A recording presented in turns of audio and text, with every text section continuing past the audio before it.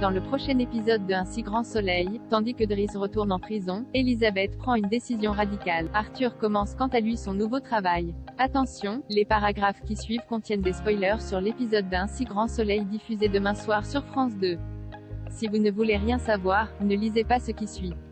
Mardi 16 novembre dans Un si grand soleil.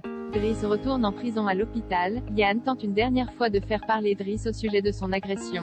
Le policier a beau affirmer qu'il peut l'aider, le jeune homme continue de faire semblant qu'il ne se souvient de rien. Pendant ce temps, Gérald rencontre José, le receleur d'Elliot, pour revendre les louis d'or qu'il a volés. José accepte alors de les lui racheter pour 27 000 €, ce qu'il accepte.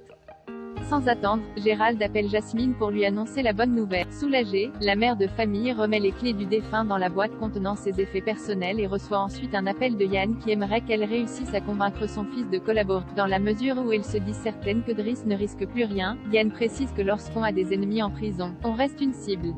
Plus tard, Yasmine rencontre l'homme de Minderoine pour lui remettre les 5 000 €. Elle lui remet ensuite 2 000 € supplémentaires pour que son fils soit protégé en prison et qu'il arrête la drogue.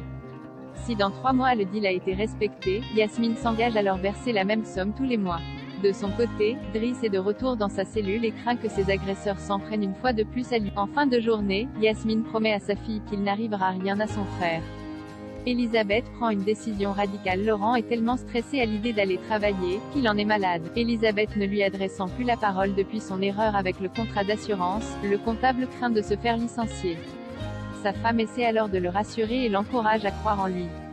Pour sa part, Henrik explique à Elisabeth combien Laurent est un élément essentiel au succès de Elle. Cosmétique. Seulement, la femme d'affaires a besoin de s'entourer d'un personnel de confiance qui a envie de faire avancer la société et non de la freiner.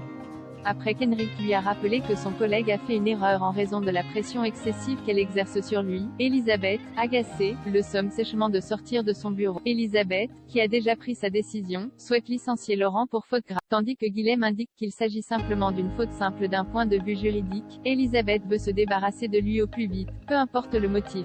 Guilhem accepte alors d'envoyer à Laurent une convocation d'entretien préalable au licenciement mais conseille toutefois à son ami de faire profil bas afin de ne pas avoir le syndicat du personnel sur le dos.